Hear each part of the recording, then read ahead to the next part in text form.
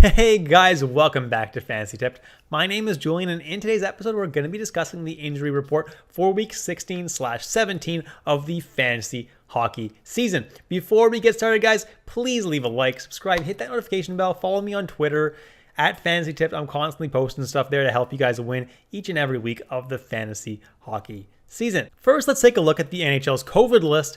These are the players that are on it right now. Jesperi Kotkaniemi of the Carolina Hurricanes, Mikko Koskinen of the Edmonton Oilers, Matt Roy of the Los Angeles Kings, Jack Hughes of the Devils, Evgeny Malkin of the Penguins, Quinn Hughes of the Vancouver Canucks, and Pierre-Luc Dubois and Neil Pionk of the Winnipeg Jets. So let's jump right into the actual injuries now, and let's start with the Anaheim Ducks' Josh Manson.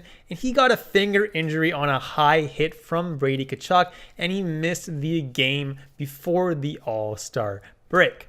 There's no information on whether he'll play Anaheim's next game, which is all the way on Friday. But honestly, even if he misses that game, not such a bad thing for you since the Ducks only do play that game this week. So having him on IR plus until then is kind of a bonus. That way you just don't have an empty spot in your roster doing nothing.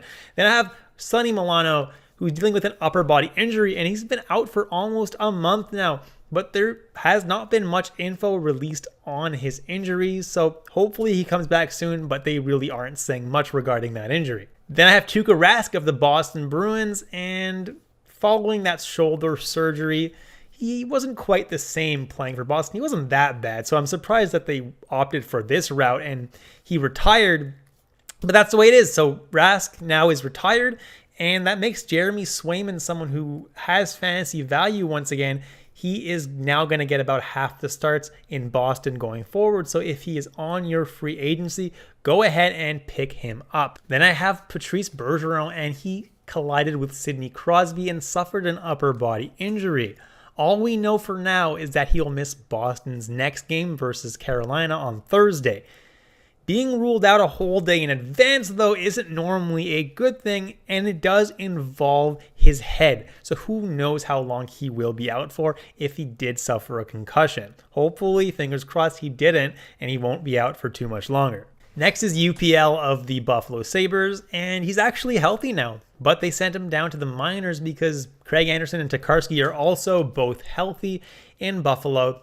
So he's now an AHL goalie and can be safely dropped in most leagues. They could be doing this just to get him some games and get him back into game speed before they call him back up. Maybe they will play him instead of Tokarski as their second goalie. It's possible, but it remains to be seen.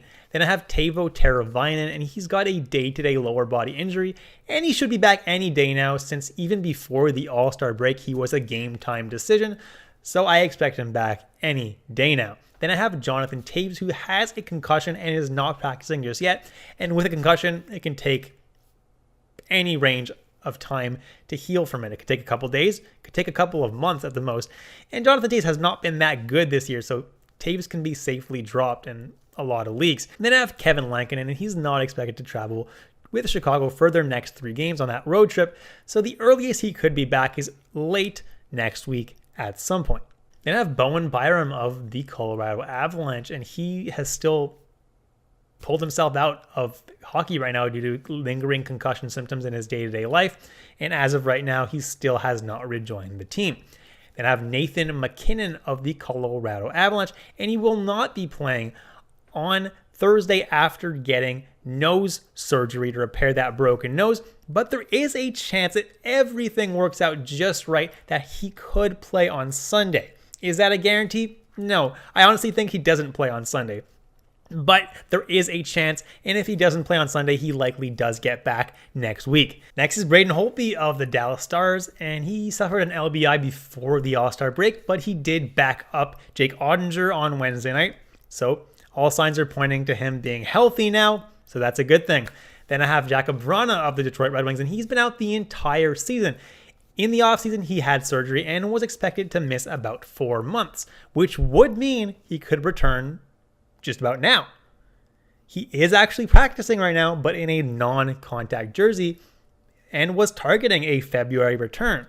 So his return could be pretty imminent in a week or 2, potentially pretty soon. So if you want to stash this guy on an empty IR spot, might not be such a bad idea at this point. Next is Patric Hornqvist. who's dealing with an upper body injury ever since January 18th. And at the time of the injury, he was labeled day-to-day. So that leads me to believe that he's not going to be out too much longer. Am I holding Patric Hornqvist on my fantasy team? Probably not. He's not overly valuable. Gets mostly fourth line minutes. Does still shoot and hit a little bit, so he does give you that floor, but not super valuable. But if you do have the IR space, it doesn't hurt to hold Patric Hornqvist, but there's definitely better options out there than Hornqvist. Next is Matt Dumba of the Minnesota Wild, and specifics of his injury have not been released, but he was placed on IR. But it doesn't really mean anything because he could be back as soon as Minnesota's next game. So as long as Matt Dumba's out, I recommend grabbing one of the other Minnesota defensemen, Alex Goligoski, Jared Spurgeon if somehow he's still available in your league, or even a Jonas Brodin, all pretty solid options to replace Matt Dumba. Then I have Jake Allen and Carey Price of the Montreal Canadiens, both their starting goalies. And Price is actually skating again finally, so that's a step in the right direction. He's probably still not going to be back for at least a few weeks. He's got to, work his way back. He'll probably be back sometime towards the end of the season. He's still optimistic that he will end up coming back this season. And then Jake Allen is eyeing sometime mid-March return date. That's what the timetable gives him. He was slated to miss 8 weeks, which would bring him to around March 18th return. Until then, guys, Montembeault and Primo are going to share the net. Primo's been playing a little bit better than Montembeault lately, though, so Primo could see the bulk of the starts. Next is Jonathan Drouin of the Montreal Canadiens, and he has a wrist injury, and he's out indefinitely. He could possibly miss the rest of the season with this. Obviously, Montreal doesn't want this to be a lingering issue with his wrist, so they're going to let him heal up, and they have no reason to rush him back since this season is an absolute throwaway, and they're probably hoping to finish last place. So rushing Jonathan Drouin back just doesn't make a whole lot of sense. So if you do have Drouin, probably drop him. There's really no use holding him on your IR. Then I have Christian Dvorak, who is dealing with a concussion, but should be back for Montreal's next game. Then I have Dougie Hamilton, whose return seemed imminent based on some news reports released on him, but he's not ready to practice even just yet. So let's not get too ahead of ourselves. He's skating on his own, but he's not practicing with the team just yet. So I give him another few games that he's going to miss until he does come back to the lineup. Until then, guys, Damon Severson remains a really solid pickup, and he's going to continue to see top power play time in New Jersey. Next is MacKenzie Blackwood of the New Jersey Devils, dealing with a heel injury. And believe me, guys, this is not good news for the Devils because he missed the entire first month of the season dealing with that same heel injury, and it seems to have flared up again, which is not good. And I think the Devils are going to give him a lot of time to heal from this because they do not want this coming back up in future seasons. And this season is pretty much a throwaway for the Devils. They're not going to make the playoffs. And that's why I think MacKenzie Blackwood is going to miss a lot of time. And until he returns, guys, John Gillies and Akira Schmidt are going to be splitting starts in the crease for New Jersey. Neither are that great, but if I had to pick one of the two of them right now, I would go with John Gillies, but neither really are that great of options. But obviously, if you're in a super deep league and there's no other starting goalies available, you got to roll with them, right? Next is Adam Fox, and good news for you Adam Fox owners. He's been activated off injured reserve. You guys got really blessed with his injury designation. The Rangers don't play a single game this week, so if you guys can keep him on your IR Plus or your IR this week, you're kind of being hooked up right now with an extra roster spot. So honestly, Adam Fox got injured at the absolute best time for you guys, and now he will be back for the Rangers' next game, which is next week. Next, I have Kaapo Kakko, and he's considered week to week, although that designation was assigned to him a couple of weeks ago. So it's possible that he is only a couple of days from returning, but I haven't heard anything regarding him, skating or being close. So I think he still misses another week or two. And until then, guys, Alexis Lafreniere is actually seeing top line time with Zibanejad and Chris Kreider.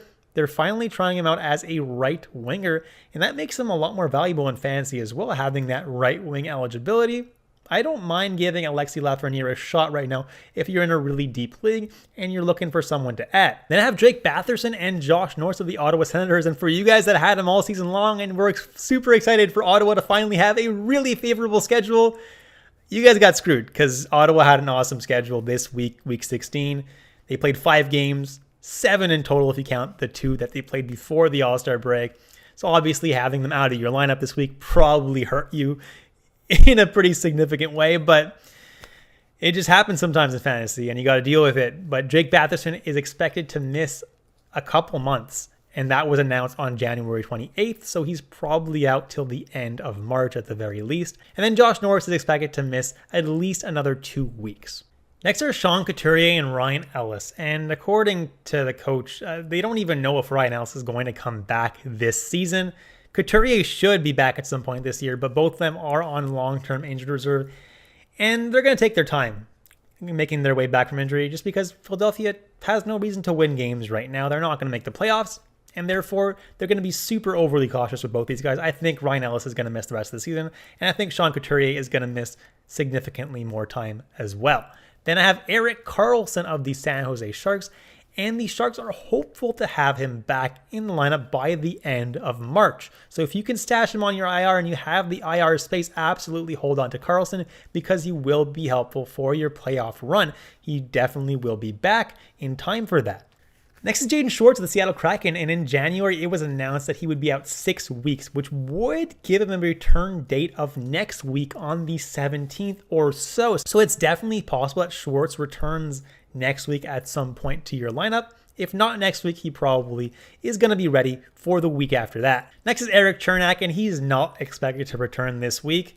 And hopefully, for all you owners of Erik Cernak, hopefully he doesn't return next week or the week after that either, because the Tampa Bay Lightning have an absolutely atrocious schedule. Next week, they only play 1 game, and the week after that, they only play 2 games. So hopefully he sticks on your IR through all that time because, yeah, he's going to be just sitting on your roster doing absolutely nothing. If he does come back, I would probably suggest dropping him for that time. But for now, as long as he does stay on your IR, definitely someone you can consider holding. The next one's a big one. Auston Matthews took a knee to the head in Toronto's last game, and that was scary, but he is expecting to play on Thursday, guys, so nothing to be overly scared about. Get Auston Matthews back in your lineup. Next is Jack Eichel, guys, and really good news, guys. He's no longer skating in a non-contact sweater. He's skating in a full contact sweater, and he could potentially be in that Vegas lineup within the next few days, which is incredibly exciting. If somehow he's still floating on your waiver wire, you have to pick him up right now. Next is Alec Martinez of the Vegas Golden Knights, and he's actually practicing with the team now, so that indicates that he's ready to play soon. Whether Vegas actually has the cap space to get him in the lineup is another question, though, so we'll have to see what happens with Vegas's cap. But Martinez should be back relatively soon in your lineup. So if he's floating there on the waiver wire, I suggest you guys add him to your IR spot because Martinez could be back pretty soon. Next is Anthony Mantha of the Washington Capitals, and there's finally been an update on him, and the update is that there's still no timeline for his return. So it's not really worth holding him on an IR spot unless you're in a really, really deep league. But there is hope amongst Washington that he will be able to return before the end of the season, so potentially could help you in a playoff run. Next is TJ Oshie, and he's not even practicing with Washington yet, so who knows how long he's going to be out for. He's been kind of an injury magnet this season, so I think Washington is going to try to play it safe with Oshie, and he's going to stay out a little bit longer. Next to have Vitek Vanecek of the Washington Capitals was placed on injured reserve, but could be activated in time for the team's next game, so I'm not too worried about Vanecek. I don't think it's overly serious, but there hasn't been a whole lot of information regarding the injury, so until then, guys, Ilya Samsonov will be the starter in Washington. And last but not least is Nikolaj Ehlers of the Winnipeg Jets, and the most recent news is that he's still a few weeks away from being able to return. So until then, guys, Cole Perfetti has some fantasy value playing top 6 minutes and also getting a decent amount of power play time. And that's it, guys. Thank you so much for watching all the way through. Please leave a like, subscribe, hit that notification bell. I hope you guys enjoyed the content today, and I'll catch you in the next episode of Fantasy Tipped.